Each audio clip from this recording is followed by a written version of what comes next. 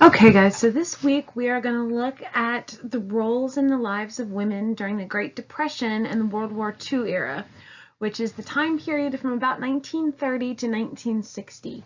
And you see some change, and then you see some reversion back to traditional roles for men and women during this time period. So our learning objectives for this week, we want to be able to describe the challenges that women faced and the successes that they achieved during the Great Depression. We want to talk about how women contributed to World War II and the success of the United States in that conflict, and describe the role of women in post-World War II America in the 1950s, because we will see a change after the war is over and the men come home. So some of the vocab that we're going to look at in this chapter is Economy Act of 1932. We're going to talk about the migrant mother. We're going to talk about Rosie the Riveter. We're going to talk about what Executive Order 8802 is, as well as the baby boom. So these are the major events that we're going to see during this time period from 1930 to 1960. We're going to talk about the Great Depression and the Dust Bowl, which kind of go hand in hand. We're going to talk about World War II and the effects that that has on women and their roles in America. And during that same time period, we're going to look at the Holocaust, which happens during World War II. And we're going to look at the baby boom, which happens in post-World War II America. So coming out of the 1920s, if you remember, the 1920s were a period of excess. There was a lot of money.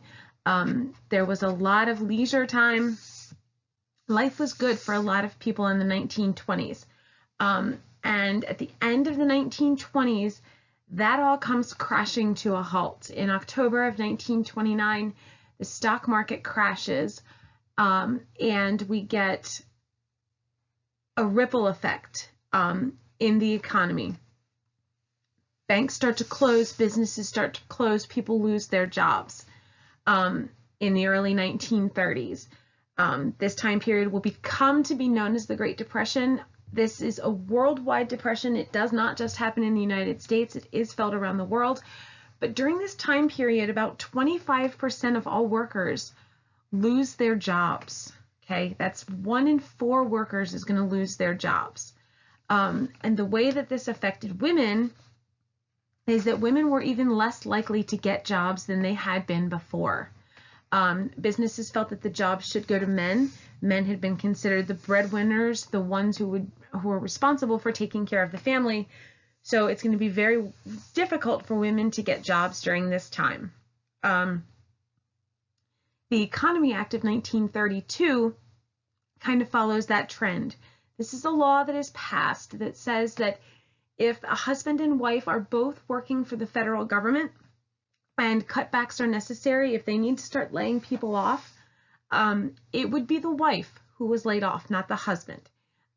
Even if her job was more important, even if she made more money, it is going to be the husband who is going to keep his job with the government. Single women had it even worse. They were often ignored by welfare agencies. It was very easy for them to become homeless and go hungry because they were not looked at as important as someone who had a family to support. In businesses, women of color were absolutely the first to be laid off.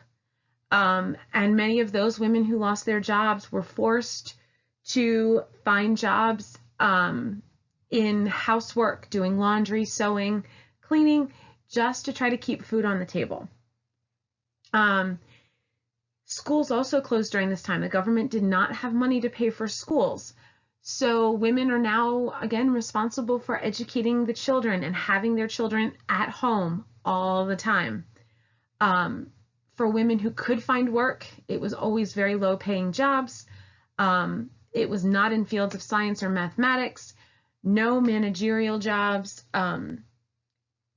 Labor jobs is basically what they could find. The 30s left everyone in turmoil, but women were especially affected by this downturn in the economy. As the Great Depression is coming across the country, the middle part of the country suffers a second blow.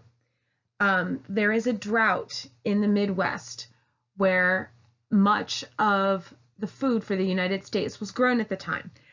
This was all farmland, and everyone who lived in these areas was farmers. Basically, it didn't rain for years. The soil turned to dust and nothing could be grown. Therefore, the farmers couldn't make money and pay the bills, so they lose their farms. Millions of families packed up and put what they had left in their cars and moved to California, hoping they would find jobs. This was very difficult for women. They fought to feed their families, trying to keep their families together as they're losing their homes, finding food, finding safe places to sleep, staying healthy were constant problems. If you can't eat healthy, your health is also going to suffer. Towns that they stopped at very much did not want to help them. These towns already had their own residents that they were trying to help. So families who were traveling were definitely discriminated against because they were basically creating more problems for these towns that they stopped in. This picture here with the purple arrow, this is the picture of the migrant mother, and you will read about her later this week. This is a photograph that was taken by a Dorothea Lange, and it really captures the hardship that women face during this time period, trying to feed their families, trying to keep their families together, and not lose it. And so in 1932, Franklin Roosevelt is elected president, and he has got big plans to try to pull the United States out of the Great Depression. The plans that he have also address reforms that women had been fighting for. His wife, Eleanor, had a very big influence on him and his policies. And she helped to bring women into the White House to share their experiences, to share their viewpoints, and to fix the problems that women had in America. Things like healthcare and education, better working conditions, welfare programs to help those people whose families were suffering because they had lost their jobs. Franklin Roosevelt was also the first person to appoint a woman to his cabinet. This lady in Time magazine, Frances Perkins, was the first female Secretary of Labor, representing women all across America.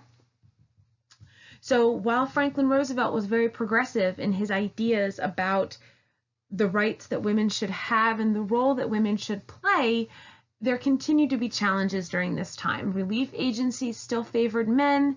Often women of color, women who lived in rural farming areas were ignored in the concerns that they had.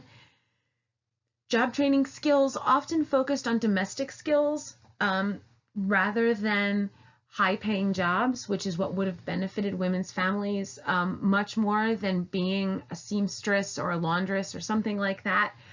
So there were still challenges that women faced, even though the president was trying to move their place in America forward. And what eventually helps bring the United States and the world really out of the Great Depression, unfortunately, is the outbreak of World War II. The United States doesn't join World War II, doesn't actively get involved in fighting until December of 1941.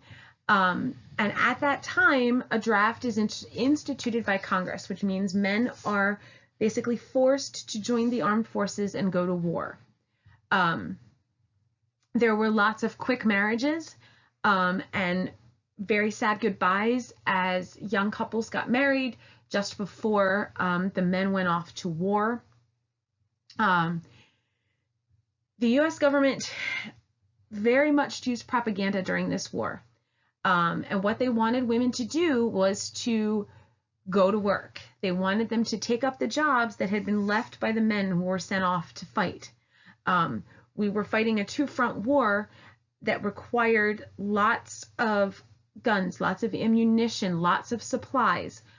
Someone has to work in these factories, and we're sending all of the young men that we have off to war. Women are the ones who took up those jobs. And the government did a very effective job in luring these women to come out of the house and to take up these jobs. Women were also encouraged to start growing their own food. The national food supply was thought to be needed to send as much as we can overseas to the soldiers. So they were asked to conserve. There was rationing that happened. You could only get so much sugar per week, so much flour, so that we had enough supplies to send to the troops overseas. Women went to work in munitions factories, building tanks and airplanes and guns and cannons. They went to work as telephone operators and stenographers. And when we talk about government propaganda, especially during World War II, the first image that comes to mind is Rosie the Riveter. She symbolized women taking up these male jobs and supporting the war effort.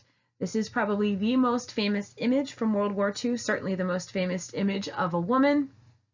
But women were needed to build the supplies that would lead the United States to winning the war. And women wanted to be her. Every woman wanted to be her. It didn't matter what social class you came from. It didn't matter what color you were. This is what women strove to be in the 1940s. And when we look at World War II on the battlefield side, you have over 350,000 women serving in uniform. Each branch of the military had roles for women. Women were considered part of the military during this time. They covered clerical jobs, they drove trucks, they worked as mechanics, building parachutes, working as radio operators. The idea was that if women could do a lot of the jobs that were needed behind the front lines, that would be more men that they could send to the front line to do the actual fighting. Women in the Army Nurses Corps were at the battles. They were near the front lines trying to save those who had been wounded in combat. This also led to higher casualties of women during this war because they were putting themselves in danger. It also led to more women being captured by the enemy, which was something we hadn't previously seen much of in wars where women participated. Black women were really motivated during World War II because they were needed. They were needed in these factories. So they felt more equal in order to help the United States win the war. Executive Order 8802 bans racial discrimination in defense industries and civil service jobs, but it was rarely enforced, which means these women should have been treated equally as they're building tanks or planes, but that wasn't often the case. But they were personally inspired that they could reach those levels of equality at some point. They were still hired as a last resort. They got the crappy jobs, to be perfectly honest. When they joined the military, they were also given the worst jobs. They were kept segregated from whites. The Army, the U.S. military does not become desegregated until after World War II is over. So they are still separate from white men and white women. But they start to see the hypocrisy of racism. Here they're fighting for freedom and democracy overseas. They're putting themselves in harm's way. But when they come home, They are treated like second-class citizens and kept separate. And that idea really starts to hit home for them. And this really sets the stage for the civil rights movement that we see, that really bursts onto the stage after World War II is over. And so once World War II is over, the men start to come home. Businesses, the government basically says to women, thank you very much, please go home. They were told to leave the jobs that they had taken up because men were returning home and men now needed those jobs. The level of female employment increased, but not in the careers they had been in during the war. When women went to work now, they went to work as teachers, they went to work as secretaries, nurses, store clerks, in domestic service, what people thought of as traditional roles for women. Many women just stayed home because their husbands came home and went back to work. So a lot of the change that you saw during World War II with women taking up new jobs in new industries, a lot of that went away and women went back to being stay-at-home moms and taking care of the house, those traditional gender roles. You see advertisements for washing machines and refrigerators and stuff. All of that stuff is geared towards women during the 1950s. And what became the goal was the American dream. You wanted to have this all-American family. If a woman went to college, it was to find a husband, not to be a scientist or a doctor or a lawyer. Women were expected then in the 50s to be stay-at-home moms and have the perfect little house, picnics with the neighbors in the summertime.